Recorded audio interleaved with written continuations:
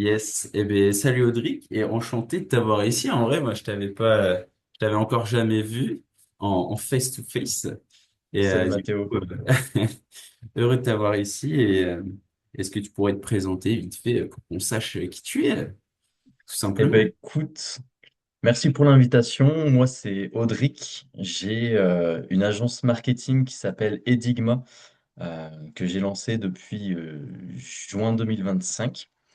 Donc c'est une Et- agence marketing un petit peu particulière, mais je pense je la présenterai un petit peu plus tard. Mais pour faire simple, je suis passionné, on va dire, d'entrepreneuriat depuis plus de 4 ans maintenant.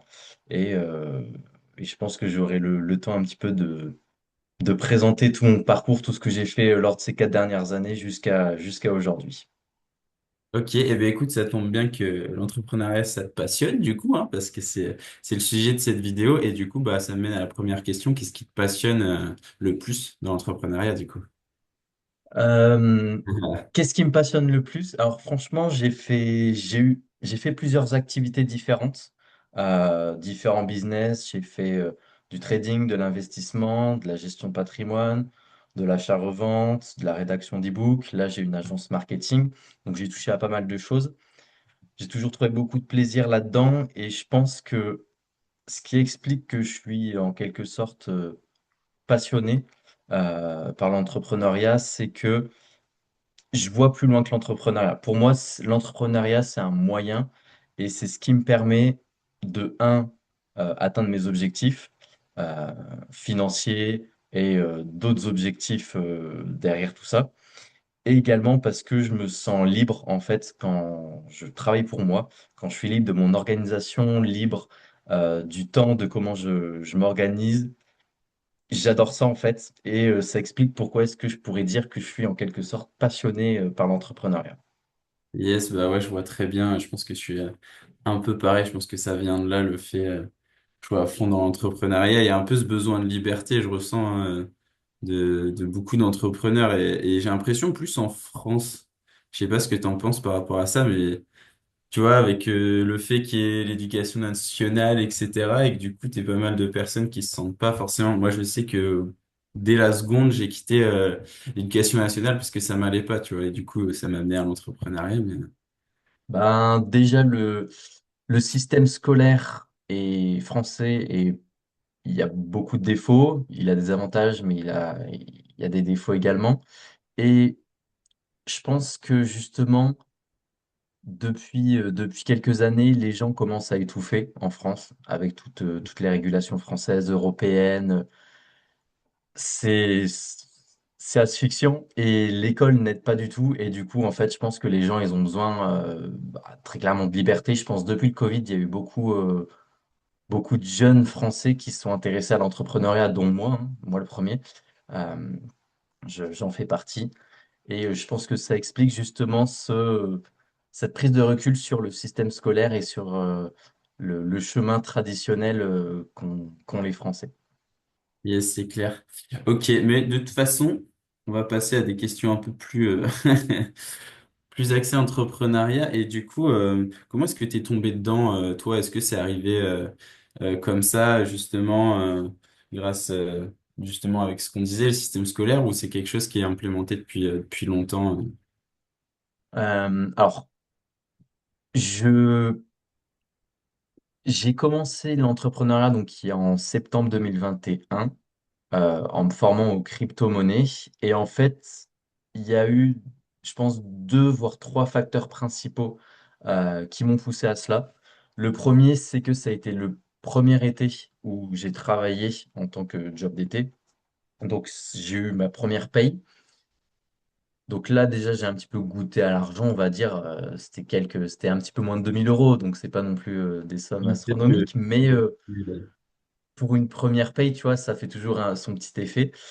Et deuxièmement, ça a été l'année où en septembre, je suis devenu étudiant. Donc j'ai abandonné ma famille. Enfin, je suis parti dans une autre ville, j'étais seul, j'avais envie d'un petit peu de gagner de l'argent de mon côté. Euh, et donc du coup, je me suis naturellement formé, intéressé à comment est-ce que je pourrais faire. Et je me suis formé aux crypto-monnaies. À ce moment-là, c'était la fin du bull run, quasiment. Oui. On s'en approche. Puis, j'imagine qu'il y a aussi c'est un peu ce truc de ouais, j'ai eu mon argent en travaillant par moi-même, j'ai eu mon argent grâce à moi en fait, tu vois. Ouais, il y a clairement Pour moi, franchement, une des compétences que je recherche le plus, c'est savoir gagner de l'argent seul. Parce qu'à ce moment-là, c'est la porte d'entrée pour la liberté en quelque sorte. Même si c'est quelques centaines d'euros, en fait.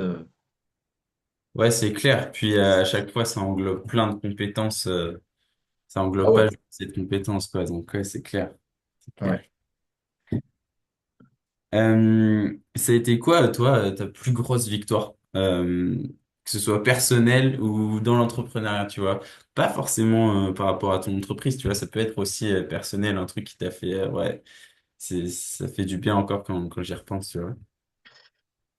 J'en ai une qui me vient le plus en tête. Ça a été quand j'ai écrit, je sais plus si je l'ai dit, mais j'ai rédigé deux e-books, Oui. On deux en petits, avait parlé aussi tous les deux. ouais, je sais plus, ouais, voilà. Et en fait, le tout premier que j'avais écrit, c'était sur la musculation, parce qu'en fait, je m'étais mis, je m'étais lancé dans la musculation, et en tant que grand autodidacte et grand curieux, j'avais Ok. appris beaucoup de choses, j'avais lu des livres, j'avais appris plein de vidéos, j'avais pris des notes et j'avais acquis beaucoup de connaissances. Et étant donné que j'avais envie de les partager, j'ai décidé de...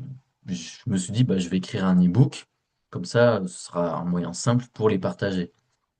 Et je l'ai fait quasiment tout seul, l'e-book. Ça a été rédigé de A à Z à la main. Il n'y avait pas encore ChatGPT à l'époque. Ça devait être en 2022, je crois Trop et bien. 2022 ou 2023. Et en fait, j'ai tout fait à la main, la mise en page, sauf le marketing, j'en ai pas du tout fait, mais et j'ai fait que dalle de vente en fait, très clairement. Mais il y a une certaine satisfaction, un sentiment d'accomplissement quand tu termines le livre et que tu le vois. Alors, c'était sur Amazon, mais quand tu es allé jusqu'au bout, ça m'a fait quelque chose et c'est encore, je pense, que c'est une de mes plus grandes réussites, même si au fond, ça Ouais, reste quelque chose de très simple. c'est encore ancré. Ok. Ouais, je vois très bien. Puis,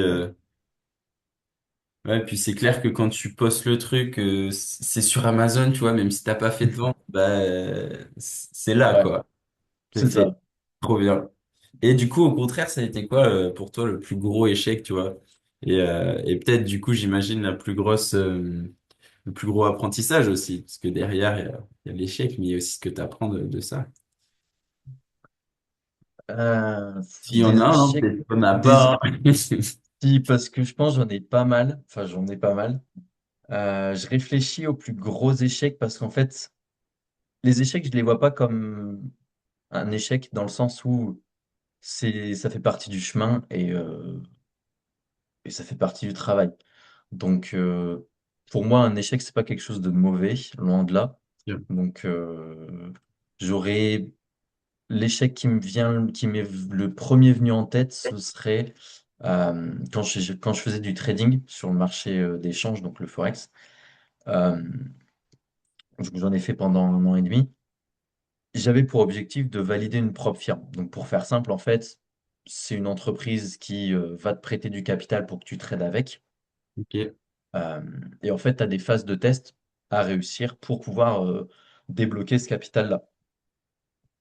Et du coup, j'avais commencé les phases de test. Donc, au début, j'en ai loupé deux, trois, je sais plus précisément. Les phases de test, tu fais ça avec de l'argent, C'est du virtuel. ok. Et, et en fait, donc au bout de un an et un ou deux mois, je me dis, bon, vas-y, cette fois-ci, je m'y lance sérieusement. Euh, j'ai vraiment pris le truc au sérieux. Et j'ai mis 3 mois sans réussir la phase de test, sans l'échouer. Et à la fin, j'ai abandonné. J'ai dit, en fait, ça sert à rien. Ça fait 3 mois que je suis dessus. J'y arrive pas. Et du coup, j'ai abandonné le truc. Et je pense que ça, c'est vraiment le moment où il y a une rupture dans un des business que j'ai fait. Donc voilà, ce Ouais, c'est serait intéressant. c'est l'échec ouais, qui me vient le plus en tête. Ouais, ben c'est intéressant parce que du coup, je trouve que c'est vraiment la représentation de, de ce qu'est, tu vois, réellement un échec. Parce que comme tu disais, en vrai, je suis vraiment d'accord avec toi sur ce mindset-là, en mode, il n'y a pas d'échec, tu vois. Mais du coup, que le seul échec, ce serait l'abandon, tu vois, je suis pas allé au bout Ah bah et ouais, c'est ouais non ça. mais j'avais même pas tilté, tu vois. Clair. Ouais, Mais ok. t'as raison, ouais. Ok, et du coup, qu'est-ce que tu dirais, bah, pas forcément à cette personne qui a fait, enfin à toi du coup qui a fait cet échec à ce moment-là, mais plutôt il y a 3 4 5 ans, quand tu étais encore un level en dessous, tu vois, dans l'entrepreneuriat, qu'est-ce que tu dirais à toi, tu vois? Franchement, bah, c'est que je me dirais pas grand-chose Ouais, parce c'est, que pour moi, tout se fait au fur et à mesure. Euh, Évidemment, là, avec du recul, j'aurais pu faire différemment. Et encore, tu vois, je suis très content de la manière dont j'ai fonctionné, par là où je suis passé. Et franchement, hormis bah, ne pas lâcher, mais je suis encore là aujourd'hui. Donc, euh, donc j'ai pas lâché en fait. Suis ta voie et fais ce qui te plaît. Mais c'est ce que j'ai fait en fait. J'ai toujours suivi mon instinct, ce que j'avais envie de faire. Et j'ai pas forcément de conseils, tu vois. Euh, c'est vrai que je m'étais jamais posé cette question-là, mais bah, je pense que j'aurais rien à me dire, tu vois. ok, j'aime beaucoup, très bonne réponse, j'aime beaucoup. Excellent, trop bien. On avait une discussion la dernière fois sur tes business et comme tu dis, t'as testé plein de business différents. Mais il y en a un qui a retenu mon attention, c'était ton business où tu faisais des montres, enfin tu montais des montres déjà, voilà, où tu achetais déjà les matériaux. Ouais. Dis-moi en plus, ça m'intrigue. Ah, ça, c'était une expérience assez marrante. Donc, en fait, je sais plus, c'était un camarade de classe qui avait un ami à lui en fait, qui faisait, ça s'appelle du Seiko Mode. En fait, c'est des montres qu'on fait à la main nous-mêmes. C'est de la contrefaçon, mais on le vend pas. On le vend comme étant de la contrefaçon. On ne dit pas que c'est des vraies montres. Et en fait, c'est un camarade de classe qui avait un ami à lui qui faisait ça et qui avait rédigé un e-book où il expliquait pas à pas tout ce qu'il fallait faire pour se lancer dans ce business-là. Donc, ce collègue-là, il me l'a donné, son e-book. Et avec mon meilleur pote, on s'est lancé là-dedans. Alors, ça a été, c'est très particulier parce que ça demande beaucoup de rigueur, d'être très précautionneux, ce qui n'est pas forcément dans ma nature ni dans celle de mon meilleur pote. Donc c'était très marrant, on a cassé des aiguilles, on a eu beaucoup de problèmes lors du montage des montres. Au final, c'était rentable comme business. Ok, stylé. On a pu faire que 5 montres parce que le fournisseur en Chine, je ne sais pas pourquoi, il n'avait plus les autorisations pour envoyer une marchandise en France. Donc Ok, on passait pas par AliExpress. C'était encore moins cher qu'AliExpress. ok. Euh, Ouais. voilà. Après, c'est un marché aussi où c'est cool, mais je sais pas où est-ce que on serait allé sur le moyen terme, tu vois. Parce que je sais pas du tout au niveau du marché si ça se vend encore, etc. Mais c'était vraiment une très très bonne expérience. C'était très marrant, c'était très différent de tout ce que j'ai fait. Et, euh, et voilà. Ok, stylé, trop bien. Parce que du coup, ouais, c'est vraiment vous montiez les montres et derrière vous les vendez. Ouais, en plus on les vendait sur Vinted, donc comment te dire que c'est pas trop légal de faire Ouais. de l'achat. C'est même pas de l'achat de revente, c'est de la fabrication et de la vente à neuf, entre guillemets, parce que c'est pas vraiment des produits neufs, Ok, mais voilà. Donc c'était pas un business, c'était juste un petit business cool pour le court terme. ok, trop bien. Et du coup, actuellement, ton agence marketing, c'est ça, hein, Ouais. qui s'appelle, rappelle-moi le nom, Edigma. Edigma. Ok. C'est quoi ta vision actuelle de ton entreprise et c'est quoi ta vision future aussi? Vis-à-vis de cette agence. Ouais.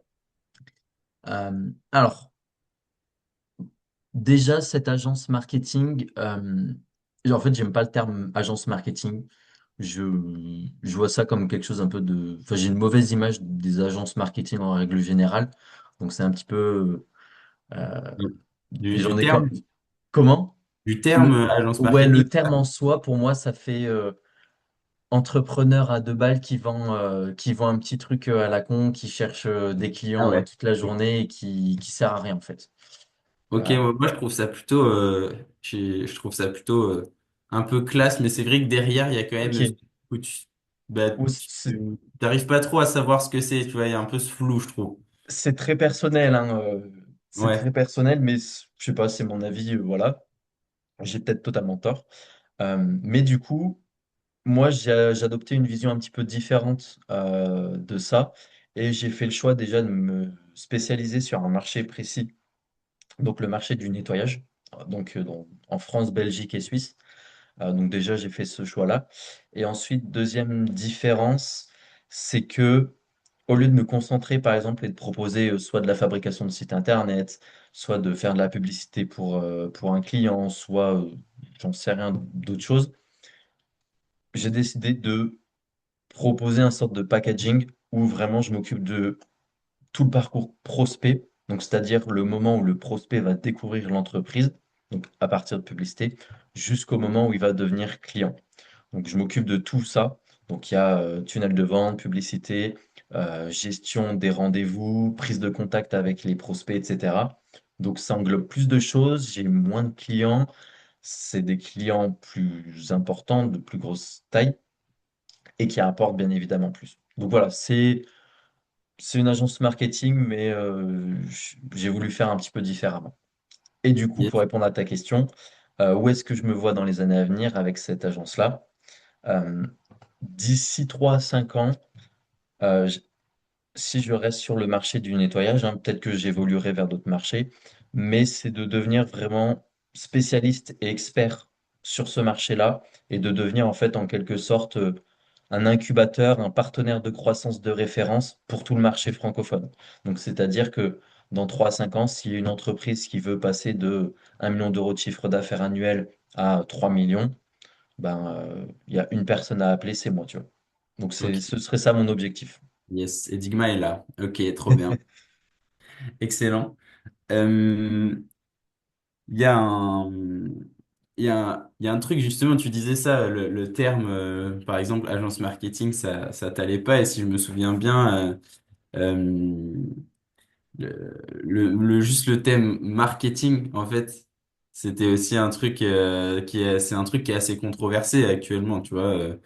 Et du coup, si tu devais expliquer, toi, c'est quoi le marketing, comment est-ce que tu l'expliquerais avec tes mots? Pour moi, le marketing, c'est très simple. C'est ce qui fait la liaison entre ton produit ou ton service et le client.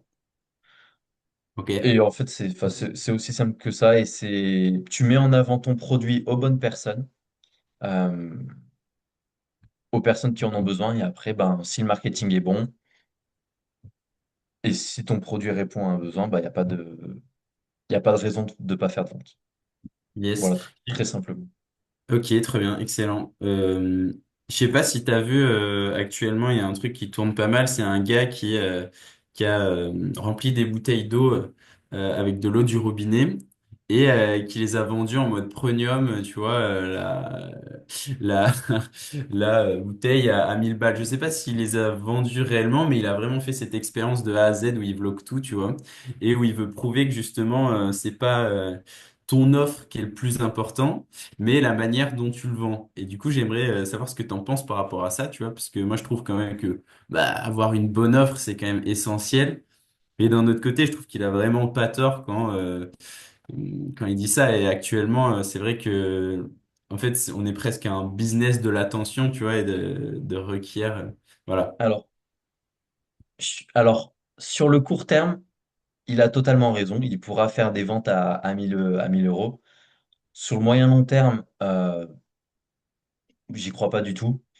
Enfin, peut-être s'il s'en donne les moyens, c'est peut-être possible, mais ce sera pas, enfin, c'est pas viable. Et ensuite, pour moi, si tu Ouais, essayes ça de va craquer. vendre, euh, du sable à un chameau, ben, tu vas pas lui vendre grand-chose, quoi. Même si tu as le meilleur marketing au monde, peut-être tu as trois chameaux un peu bêtes qui vont l'accepter, mais au bout d'un moment, t'auras plus rien à vendre à personne, quoi. Donc, je dis pas que ça fonctionne pas, mais Ouais, sur un certain nombre de personnes, sur une période de temps limitée, ça peut fonctionner. Mais ouais, sinon, ouais, ou à la limite, tu rentres dans un cercle vicieux où tu mens, où tu mens à tout le monde, tu vois, parce que, ah oui, voilà, oui, en marketing, t'es pas censé mentir. ouais. Donc après, si tu mens, ça c'est autre chose. Mais dans les règles de l'art, voilà, je pense, enfin, j'y crois pas et pour moi, c'est pas ça. Pour moi, c'est le produit avant le marketing. Après, évidemment, t'as des gens qui pensent l'inverse. Oui, hein, effectivement, une bonne offre, ça fonctionne, mais faut aussi avoir la bonne personne en face. C'est-à-dire que souvent, on se concentre sur le marketing, on se concentre sur le produit et on essaye de le vendre à tout le monde ou à des gens qui en ont pas besoin. C'est aussi ça le marketing, c'est comprendre à qui on vend, connaître la personne à qui on vend et adresser le message pour cette personne précisément là. Yes, ça me fait penser à une question. Est-ce que toi, tu conseillerais aux entrepreneurs de se concentrer du coup sur vraiment un seul persona direct, une seule clientèle? Je pense que se perfectionner en quelque sorte sur un persona, ça va être très utile en fait. En fait, plus tu vas travailler avec cette personne-là, plus tu vas la comprendre, plus tu vas la connaître, plus tu vas avoir des facilités pour vendre à d'autres personnes du même style. Euh, et ensuite, au bout d'un moment, tu pourras assez rapidement déboucher sur un autre type de persona. Après, tu peux partir sur un ou deux au départ si tu le souhaites, mais il faut pas partir sur 3, 4, 5 personas parce que là, tu vas te perdre. Il faut quand même bien connaître sa cible et avoir du temps et de l'énergie à accorder à sa cible. Yes, ouais, mais c'est ça, hein. C'est un peu le gros point clé, je trouve, c'est que justement, il faut beaucoup de temps déjà et d'énergie pour réussir à cerner bien un persona. Donc, yes, ça demande pas mal d'investissement. Ok. Et du coup, bah, tu fais comment, toi, pour comprendre concrètement ce que veut ton persona, ton client? Alors, tu as les études de marché un peu théoriques. Tu regardes sur Internet, sur Reddit, qu'est-ce qui se dit. Regarde les Euh, tunnels, leur tunnel de vente, etc. En effet, tu peux regarder aussi la concurrence, qu'est-ce qu'elle fait. Euh, Principalement ouais, sur Internet. Après, j'ai très clairement, j'ai une petite astuce que je peux partager ici. C'est si Ah, jamais vous pouvez vous faire passer pour des, je sais plus si je te l'avais partagé. Tu, tu te fais passer pour un lycéen ou pour un mec en études supérieures. Tu lui dis, ah, voilà, avec ma classe, on fait un travail sur telle niche. On aurait besoin ok. de... Soit on peut les appeler, soit on leur pose les questions à l'écrit par mail. Est-ce que vous voudriez bien répondre? Tu leur poses toutes les questions que tu veux. Eux, ils te répondent. Tu peux envoyer ça à 20, 30 entreprises. Euh, elles en Et sauront rien, tu vois. c'est Et fort, là. après, Le biais est fort, là. je l'ai jamais fait, mais je le garde clairement dans un coin de ma tête. Et après, bien évidemment, le meilleur moyen de savoir euh, de quoi les gens ont besoin, c'est de leur demander directement, de regarder ce qu'ils achètent aussi, parce que les gens achètent ce qu'ils achètent, mais ils ne disent pas ce qu'ils achètent en fait. Euh, Ça, c'est bon à savoir, pas toujours croire ce que les gens disent. Et après, ouais, quand tu passes du temps avec ton persona en face, quand tu vois ce qui marche pas, ce qui marche, t'en apprends en fait sur eux. Ok. Et je reviens à Edigma, du coup, toi, quand tu accompagnes les entreprises, ils ont déjà une base de prospects ou tu les aides aussi à... Alors, t'entends quoi par base de prospect déjà?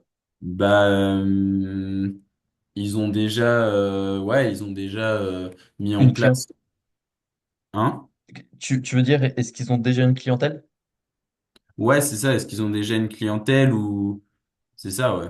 En gros, ouais. Ben, les entreprises, oui, elles ont déjà une clientèle. Celles qu'on accompagne, elles recherchent un moyen pour avoir davantage de clients, euh, sans forcément se prendre la tête. Enfin, Bref, c'est ce qu'on propose chez Enigma, hein, c'est nous qui nous occupons de tout. Euh, mais en fait, enfin, on s'en fout en fait que le client, il est déjà, que mon client ait déjà des clients. Parce que moi, je vais lui en apporter davantage. Et en fait, c'est déjà des entreprises qui fonctionnent. Donc, forcément, oui, elles ont déjà une clientèle. Déjà des clients. Ok. Du coup, ce serait quoi, toi, la différence entre, du coup, un bon marketeur qui commence quand même à comprendre et tout comment ça marche et un marketeur voilà, qui te décroche un client comme ça en un call, en deux-deux. Ah, euh, alors ta question, c'est qu'est-ce qui fait la différence entre quelqu'un Ouais, qui est bon en marketing et ok. quelqu'un qui est excellent en closing? Et- ouais, ou en marketing. C'est vrai que les deux sont Parce, différents, ouais. C'est ouais, clair. parce que pour moi, ça n'a rien à voir le closing avec le marketing. Ouais, Euh, non, vraiment en par, mode marketing. par contre, je peux te donner ce qui fait la différence entre un mauvais marketeur et un bon marketeur.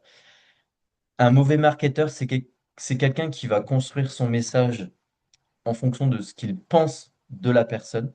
Donc, c'est-à-dire, ouais, voilà, je travaille avec tel type de personne. Je pense que c'est ça son problème. Enfin, on peut en être fortement convaincu, hein.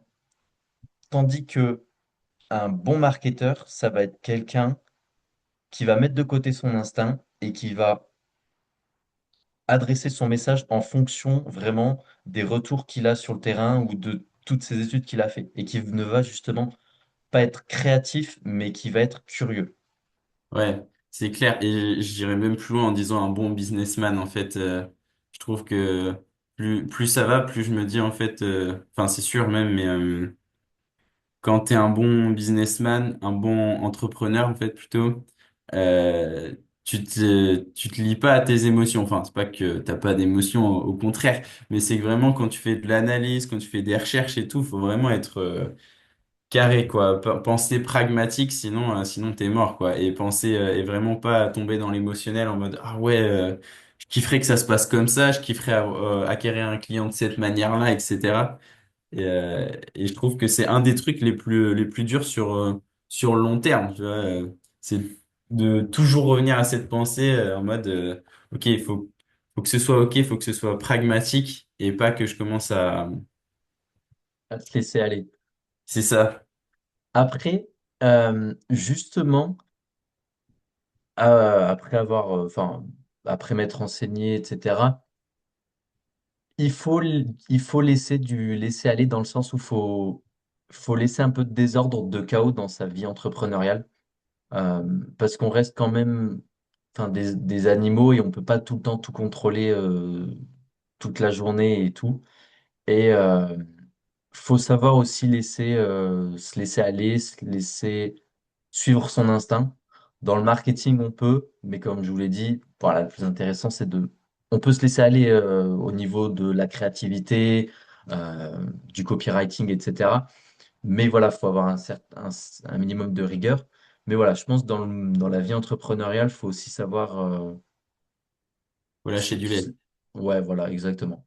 C'est pas tout blanc, tout noir. C'est toujours c'est toujours une sorte d'équilibre. Et moi, j'ai déjà une petite partie de la réponse à la question que je vais te poser, mais est-ce que tu utilises l'IA et comment est-ce que tu vois le futur du marketing par rapport à ça, tu vois, parce que c'est quand même, moi, je trouve que c'est quand même un très bon outil pour le marketing. Qu'est-ce que t'en penses? Or, déjà, titre personnel, j'ai quelques agents IA à mon service, on va dire, que j'ai construits euh, qui, euh, qui me font gagner quelques minutes au quotidien. J'utilise beaucoup Perplexity euh, pour tout ce qui est travail de réflexion. Travail de rédaction, j'aime bien le faire à la main parce que je suis pas satisfait de ce qu'il me donne. Mais après, j'essaye non plus de pas trop déléguer à l'IA parce que j'ai j'ai envie en fait de réfléchir. J'ai pas envie de déléguer toute cette partie-là, pas de me ramollir du cerveau, mais enfin, je pense que tu comprends ce que je veux Ouais, dire. je vois très bien ce que tu veux dire. Et en fait, je reste proactif intellectuellement, tu vois. Donc, je m'aide de l'IA un petit peu. mais pas, enfin, ça me révolutionne pas, je dirais, mon quotidien. C'est un Ok. petit peu quand même, faut pas se le cacher, Ouais, mais j'essaye, voilà, de limiter. Donc ça, c'était la première question. Et ta deuxième question, c'était comment va devenir la société avec l'essor de l'IA, c'est ça? ouais, c'est ça. Qu'est-ce que tu en penses? Euh, alors moi, je pense que déjà l'IA, c'est une bonne chose, dans le sens où, comme tout, en fait, il y a toujours des externalités négatives, c'est-à-dire des points négatifs à toute nouvelle technologie ou même en fait tout. Il y a tout le temps, je reviens encore à l'équilibre, tout est une balance en fait. C'est pas tout noir, tout blanc, mais l'IA va permettre énormément d'avancer dans tout ce qui est la médecine, etc. Euh, également, je pense que au niveau des entreprises, ça va pas mal impacter les structures des entreprises. Je pense qu'on va plus se développer vers des structures avec moins de salariés, euh, plus d'IA, voilà. Et après, je pense que pour la société en règle générale, elle va avoir du mal à s'y habituer et que euh, une très petite partie de la population mondiale vont réussir à s'enrichir grâce à ça et et une grande majorité vont pas le subir, mais euh, ils vont payer en fait pour avoir de l'IA. Voilà. Ok. Ouais, moi je pense aussi que ça amène du coup de plus en plus à se recentrer vers les compétences humaines et du coup se concentrer sur soi-même et sur ses compétences, puisque du coup tout ce qui est les petits jobs qui sont déjà aussi en train de disparaître, par exemple comme caissier, tu vois. Mm. T'en as de moins en moins petit à petit et du coup c'est d'un côté on peut se dire ouais ça enlève de l'emploi etc. Mais de l'autre côté moi je trouve que ça va pousser aussi les gens à Ça enlève de l'emploi, mais ça enlève de l'emploi déjà sur des métiers qui sont pas forcément très valorisants. Et ouais, enfin, ça me saoule les gens en fait qui râlent parce que l'IA va remplacer leurs emplois, quoi. ouais je suis d'accord. Enfin, c'est bon, tu vas passer de caissier à, j'en sais rien, peut-être tu vas faire un autre métier qui va te rapprocher de ce que tu as envie de faire au fond de toi, parce que je pense pas que les gens font caissier par envie, mais plus parce qu'ils n'ont pas vraiment le choix. Et après, je pense que l'IA, en fait, j'ai quand même hâte de voir comment la société va évoluer quand l'intelligence artificielle pourra remplacer 80% des gens au travail. Ça, franchement, je vois pas du tout qu'est-ce qu'on va devenir en fait. Mais je pense aussi que l'IA va beaucoup rapprocher les gens peut-être de leur nature, dans le sens où Ok. Très bien. moi je pense que ça va avoir un effet positif individuellement sur qu'est-ce que c'est que l'homme en fait, et sur le côté spirituel, etc. Voilà. Trop bien. Et bien, du coup, on va passer, c'est parfait parce que j'avais passé sur plus un côté que tu m'as dit que tu aimais beaucoup aussi, c'était le mindset. Et du coup, bah, pour commencer, c'est quoi ta définition du mindset? Bon, en fait, le mindset, c'est c'est bon, la traduction, c'est un état d'esprit. Après, c'est un trait de caractère propre à chacun et qui et le mindset, pour moi, c'est ce qui permet d'atteindre ou pas ses objectifs. Euh, Il y a des gens qui ont un mindset, qui développent un mindset, parce que ça se développe, hein, on n'est pas né avec un bon mindset ou un mauvais mindset. C'est très subjectif, un mindset, mais c'est ce qui va permettre, c'est parce que c'est propre à chacun, en fait. Donc ouais, j'aurais pas plus de définition que ça, mais Yes. Ok. Et ouais, ben, je pense que tu es d'accord avec moi, mais moi, je pense qu'il y a beaucoup de personnes qui sous-estiment ça et qui peut-être aussi n'en ont pas encore réellement conscience sur le fait que bah, moi je trouve que c'est le truc qui change tout quoi. Tu disais un état d'esprit, moi je trouve que c'est des états d'esprit en fait, ça revient au même, mais bah, Alors, étant donné que c'est quand même très, pas artificiel, mais mince, mince, j'ai oublié le terme, mais c'est compliqué à percevoir en fait ce que c'est qu'un mindset C'est pas concrètement. palpable, ouais, c'est Et ouais, et du coup, ben, enfin, puis même en fait, dans l'éducation des gens, pour moi, le mindset, c'est ce qui permet d'atteindre un objectif. C'est-à-dire que si tu as le bon mindset pour atteindre cet objectif-là, tu vas y arriver. Si tu n'as pas le bon mindset, tu pourras pas y arriver, point barre. Parce qu'en fait, tout se passe là-dedans. Les actions que tu vas faire dépendent de ton mindset, etc.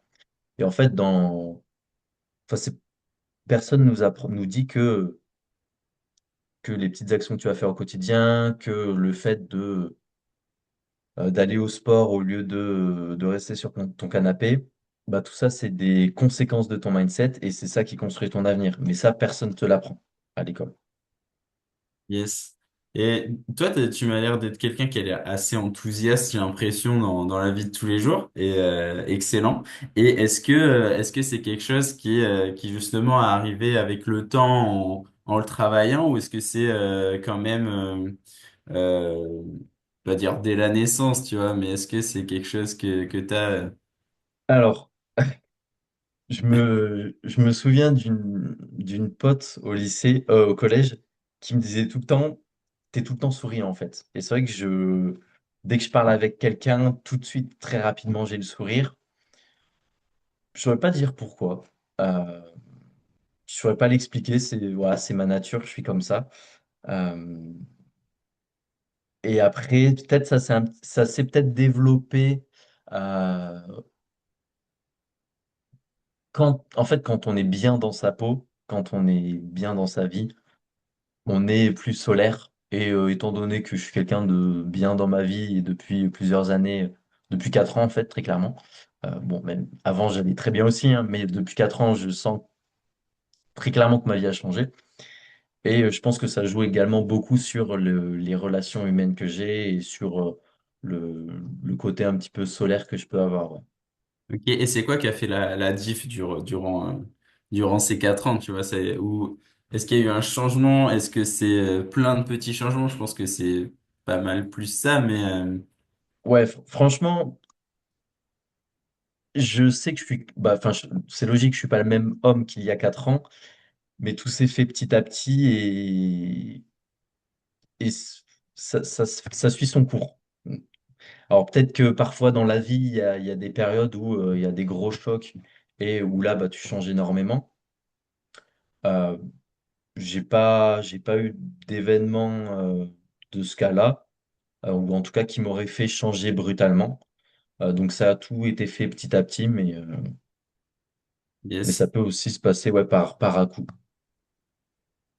Ouais, c'est intéressant. Moi, je sais que Euh, pour mon cas, il y a eu quand même un moment où ça a fait un gros choc, quand même électrique, qu'on pourrait appeler pas comme on veut, mais moi j'aime bien dire illumination parce que je me suis senti ouvert, etc. Mais je trouve que c'est quand même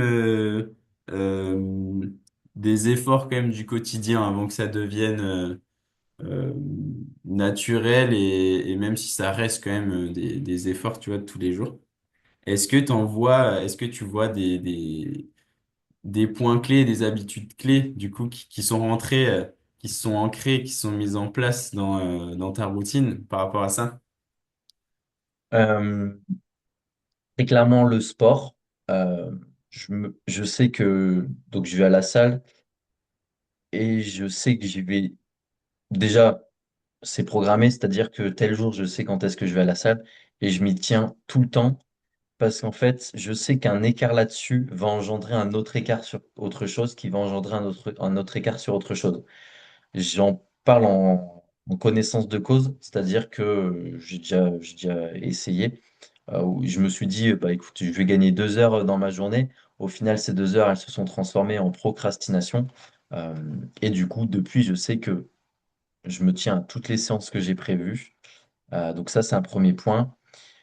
Et après, d'autres habitudes, en fait, il y a quelque chose que j'ai compris, c'est que les décisions que tu prends aujourd'hui, elles sont extrêmement importantes dans le sens où Si par exemple ce soir j'avais décidé que j'allais travailler, mais qu'au final je me mets sur mon téléphone et que je travaille pas, si je le fais pas, si je le fais pas aujourd'hui, je vais pas le faire demain, je vais pas le faire après-demain, je vais pas le faire encore après-demain. Et en fait, toutes ces micro-décisions qui, on peut se dire, ouais, c'est bon, c'est juste aujourd'hui, je me donne 2 heures, je le fais pas, c'est bon. Ça a un impact bien plus conséquent Ouais. que ce qu'on Et pourrait imaginer. ça a un impact direct dans le mindset, justement. Parce que du coup, tu peux avoir des pensées le lendemain où tu t'es dit, punaise, je l'ai pas fait alors que Ouais. je m'y étais obligé, on va dire. Trop bien. Et du coup, par rapport à ça, à tout ce qui est euh, est-ce que tu penses plus à la motivation elle est assez controversée celle-là parce que est-ce que tu serais plus à pencher vers faut que j'ai un mindset de motivation régulier ou faut que j'ai une structure, un environnement qui soit bien en place, tu vois? Alors, il y a un adage qui est assez connu qui dit c'est pas la motivation qui mène à l'action, c'est l'action qui mène à la motivation. Et Yes. c'est très vrai. C'est-à-dire que quand tu travailles sur quelque chose, eh ben, tu penses à ça toute la journée, tu rêves de ça, et le lendemain, tu as envie que d'une seule chose, c'est de continuer. Alors que, enfin, c'est pour ça que je suis totalement d'accord avec ça, que c'est l'action qui précède la motivation. Alors, il y a peut-être des moments de motivation qui vont t'amener à agir, mais pour moi, c'est clairement dans ce sens-là et pas l'inverse. Je sais pas si j'ai répondu à ta question. Ouais, ouais. Ouais, ben, j'aime beaucoup cette réponse. Et par rapport à l'environnement, du coup, je pense que enfin, tu vois, ça m'a l'air d'être très clean chez toi et tout. Enfin, et moi, je trouve que c'est essentiel, tu vois, l'environnement. Toi, t'en penses quoi? Euh, alors, c'est assez clean, mais je pense que ça, c'est de ma nature. Mais très clairement, l'environnement, il te conditionne. Ça, enfin, ça a été prouvé scientifiquement. Il y a pas de débat là-dessus. Yes, d'accord. Exemple tout con, hein. J'ai envie d'arrêter de manger enfin, j'ai envie de perdre du poids. J'ai envie de réduire ma consommation de chocolat. Truc classique. Au lieu de d'avoir du chocolat à portée de main, tu le mets en haut de ton placard ou même carrément t'arrêtes d'en acheter. Tu sais que dans la deuxième option, dans le deuxième cas, ta consommation de chocolat va être bien plus réduite que dans le premier cas. Et c'est très illustratif ce propos, mais ça s'applique pour tout. Donc pour moi, l'environnement est extrêmement important. Ça, pour le coup, ce Clair. n'est pas à négliger. C'est clair, c'est clair. Mais ça me rappelle une petite masterclass que j'avais regardée de, je sais pas si tu vois, Sony Court. Non.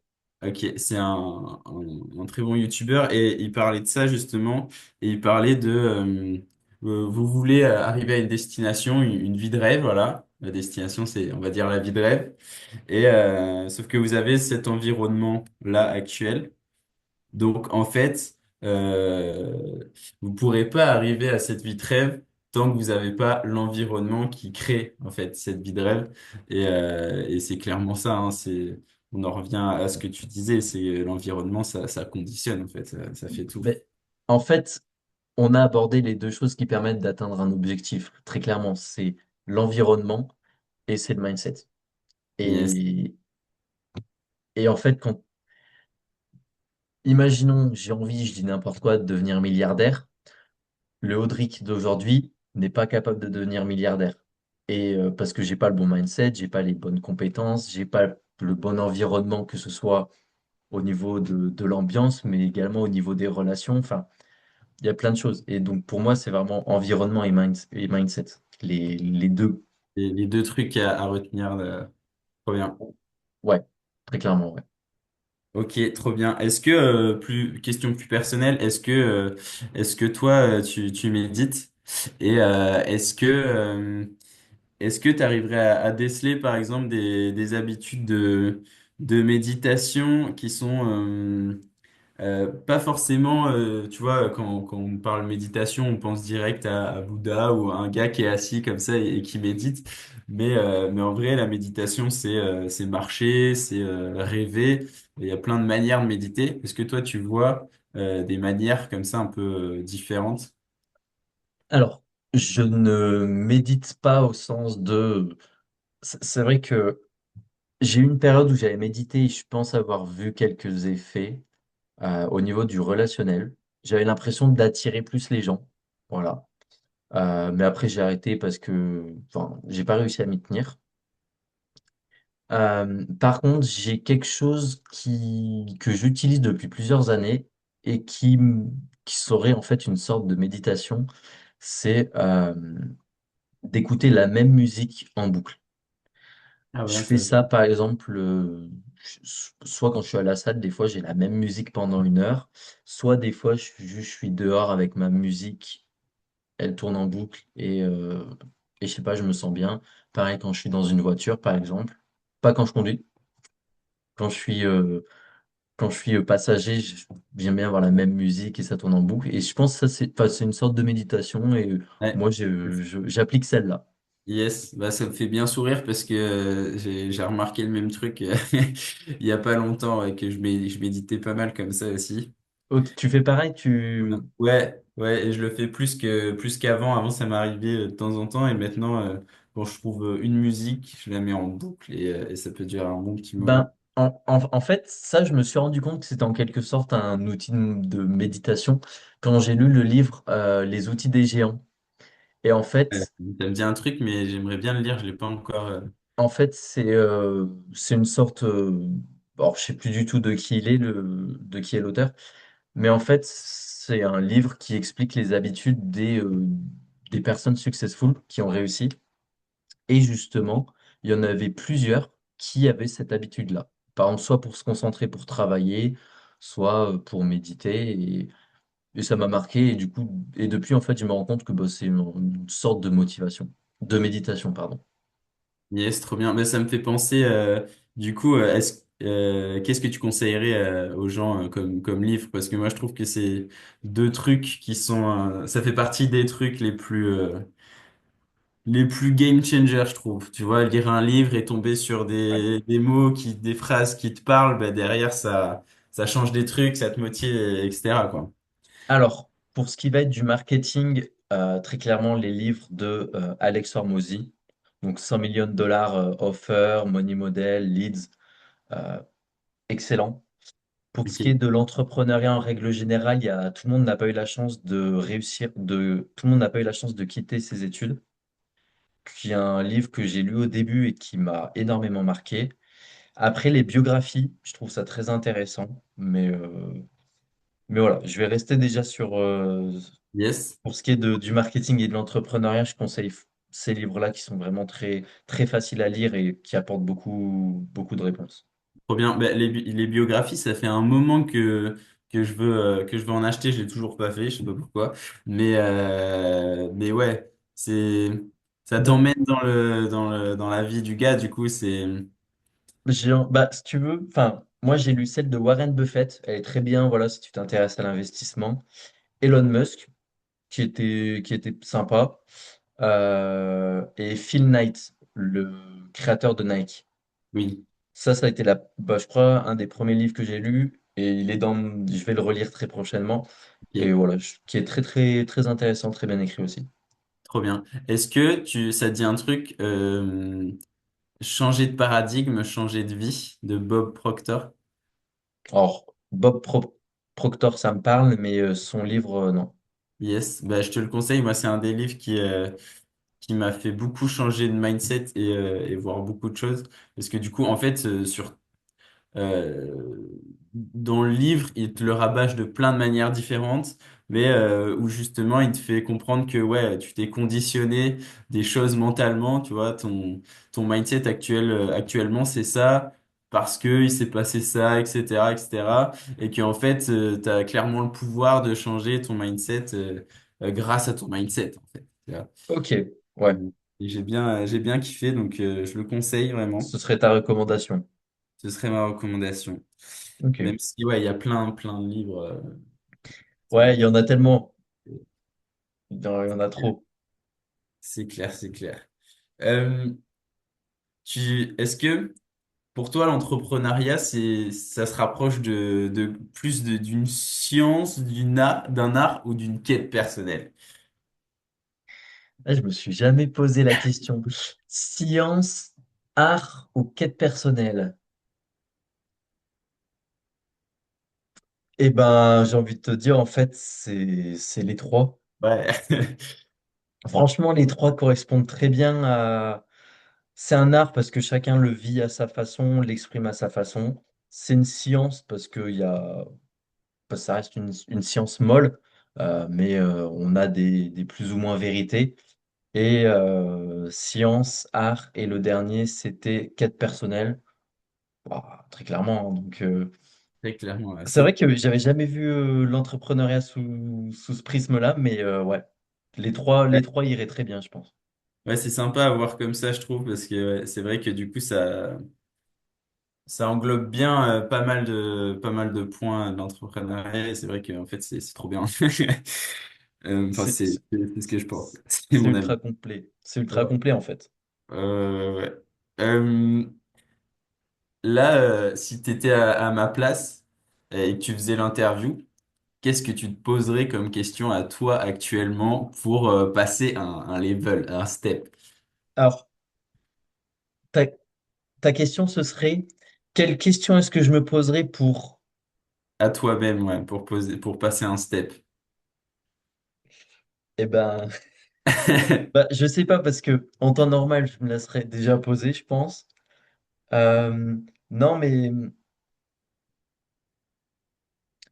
Là, actuellement, c'est quoi le point où tu te dis, ouais, si, je sais pas, si je m'améliore là-dessus, si je fais plus d'introspection là-dessus, s'il y a un gros changement dans ce domaine-là, par exemple, ça va faire un effet boule de neige.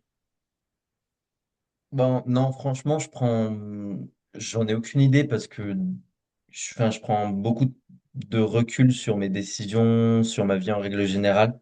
J'ai, enfin, j'ai cette faculté-là que j'ai bien développée au fil des années. Et du coup, j'essaie vraiment de m'analyser à la troisième personne. Et j'ai pas de réponse à ta question parce que j'en ai strictement aucune idée. Yes, bah du coup c'est même pas une réponse mais c'est plus un conseil je trouve parce que moi je le conseillerais à tout le monde aussi c'est de prendre du temps comme ça pour s'analyser. Très clairement, ben, je pense que pour réussir dans l'entrepreneuriat, faut savoir mettre de côté son ego. Parce que si t'es pas trop con, euh, si tu fais pas de la merde très clairement, euh, que tu mets ton ego de côté, que tu travailles et que tu es suffisamment patient, il n'y a aucune chance de ne pas réussir. C'est-à-dire que, enfin déjà, on peut même réduire l'équation à travail plus patience égale résultat. Évidemment, si t'es, enfin c'est très cru, mais si t'es complètement débile, que tu fais vraiment n'importe quoi, que tu n'analyses pas pourquoi est-ce que tu fais des échecs, là, dans ce cas-là, tu peux ne pas réussir.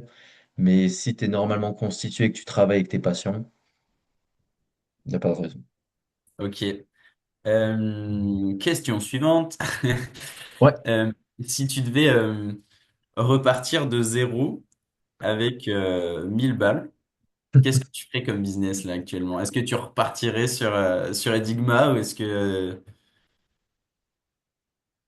que tu vois par exemple disons que l'objectif c'est faire le plus de mailles possible, le plus rapidement possible pour, je sais pas, changer ton environnement et passer un nouveau projet? Alors, est-ce que j'ai les connaissances d'aujourd'hui ou pas? Ouais, Ok. Ouais, avec les connaissances d'aujourd'hui, avec 1000 balles, euh, ouais, franchement, mon agence marketing. ok. Alors, avec 1000 balles, va falloir trouver des clients assez rapidement si je fais de la publicité. Mais très clairement, c'est des connaissances qui te coûtent quasiment rien du tout. Les logiciels, ça te coûte pas grand-chose en soi. Donc, je pense que ce serait ça. Ok, et si tu avais un plus gros budget, 10 000, 100 000, est-ce que tu partirais sur une autre entreprise, un autre délire? Alors, non, parce que pour moi, j'ai pas encore de business En fait, je suis à un stade où j'ai pas réfléchi à qu'est-ce que je ferais avec 100 000 euros, 200 000 euros, euh, si j'en avais la possibilité. Donc, j'ai pas du tout réfléchi à cette question-là. Yes. Je ne sais pas. Donc, là, La seule chose que je ferais aujourd'hui, ce serait de continuer ce que je suis en train de faire. Ok, excellent. C'est que t'es là au bon endroit. Trop bien. Trop bien, trop bien. Eh ben écoute, ça va bientôt être la fin de Ouais. cette super interview. J'ai bien kiffé. Et du coup, pour finir, là, les dernières questions, il y en a une qui m'intéresserait. Ce serait où est-ce que tu te vois dans 6 mois à 1 an sur le court Ah, terme. je Eh ouais. m'attendais à 6 ans. Eh. Eh Non. ben, dans 6 mois, je me vois très clairement à l'étranger, en Yes. Asie du Sud, euh, avoir de quoi suffisamment vivre pour pouvoir rester là-bas si je le souhaite, partir dans un autre pays si je le souhaite, avoir mon agence qui tourne très bien, avoir peut-être pourquoi pas un ou deux salariés. Euh, ouais, voilà, avoir lancé la roue. Je me verrais Ok. bien, d'ici 6 mois, je me verrais bien là-dedans. Pourquoi l'Asie du Sud, du coup?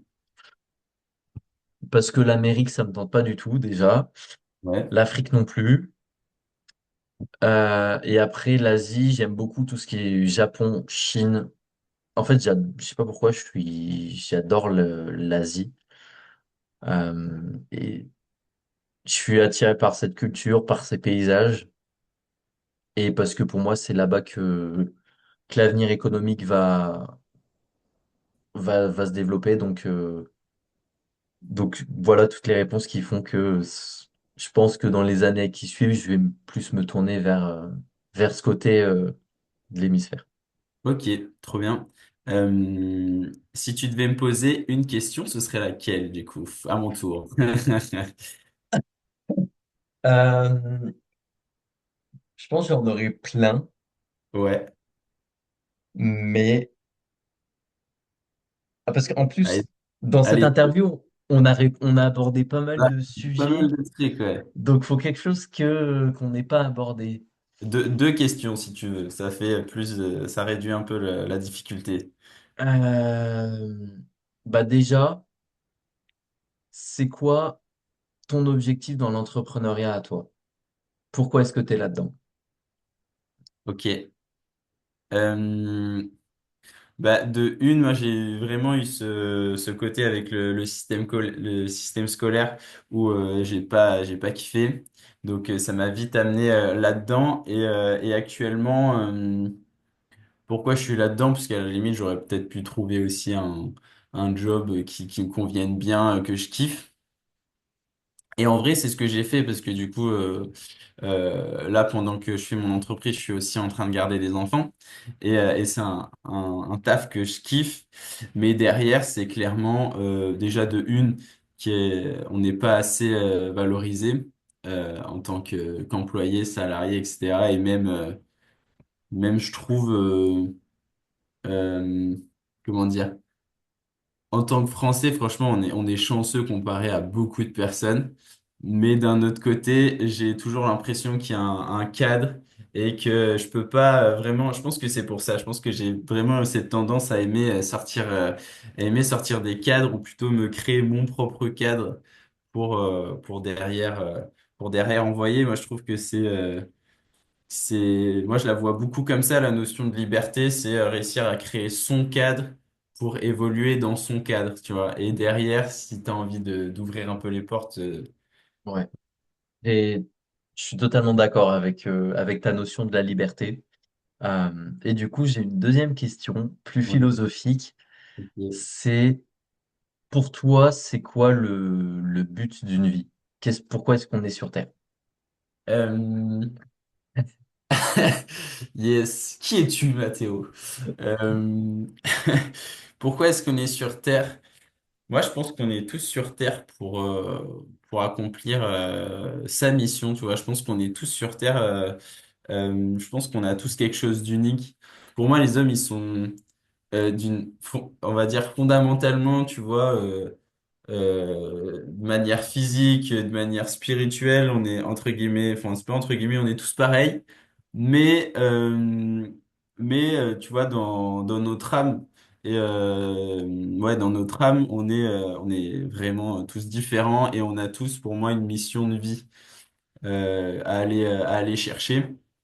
Et une mission de vie qui, en fait, est notre vie actuelle, nos expériences passées et seront nos expériences futures. Donc, c'est comme ça que je le vois. Ouais.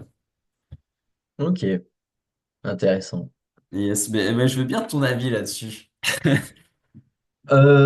Alors, pour moi, déjà, le but premier, c'est de transmettre nos gènes. On est des animaux et on est sur Terre pour ça. Donc, Ok, évidemment, ce que j'entends par là, c'est avoir une famille, avoir des enfants. Ça, c'est très clairement un de mes objectifs dans ma vie. Et ensuite, c'est de, franchement, de devenir la meilleure version de moi-même, dans le sens où apprendre un maximum de choses, savoir plein de choses, avoir fait beaucoup de choses aussi, avoir vécu des choses. C'est vraiment ne pas avoir eu une vie monotone, mais avoir eu la vie qu'on veut et une vie riche. Et c'est ça, pour moi, les deux raisons pour lesquelles nous sommes sur Terre. ok, excellent. Euh, ouais, je suis à la limite de me dire c'est la fin et on coupe là-dessus, c'est quand même pas mal. Mais j'ai quand même envie de te demander, ce serait quoi, du coup, pour clôturer un peu cette vidéo, est-ce que tu aurais une punchline ou un petit conseil qui ressortirait comme ça, là? Un conseil, j'aurais un adage que je garde au fond de ma tête tout le temps, Ok, c'est le mouvement crée le mouvement. trop bien. C'est-à-dire que s- si tu fais des choses, tu vas avoir envie de faire plus de choses. Et ça revient un petit peu au fait de l'action précède la motivation.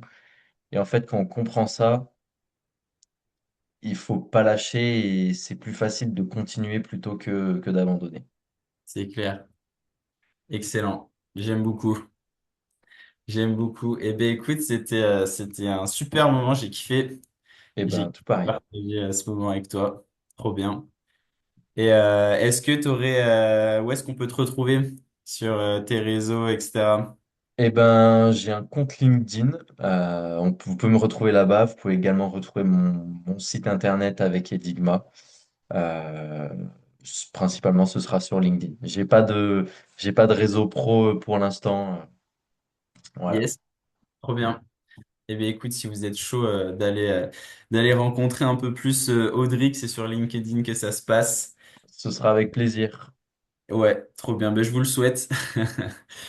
Et je vous souhaite aussi de passer, je souhaite à tout le monde de passer une super soirée. Eh ben, Et écoute, euh, merci Mathéo. ouais, ben, c'était un plaisir, franchement. À Plaisir refaire partagé. aussi. Ça se referait bien. Carrément. Yes, trop bien. Eh bien, écoute, bonne soirée à toi. Merci à toi aussi. Ciao, ciao. Ciao, ciao. C'est- Yeah! C'était trop bien. Trop bien, t'as kiffé. Trop bien. Ah ouais, carrément. Excellent, ouais, bah moi aussi. Trop cool.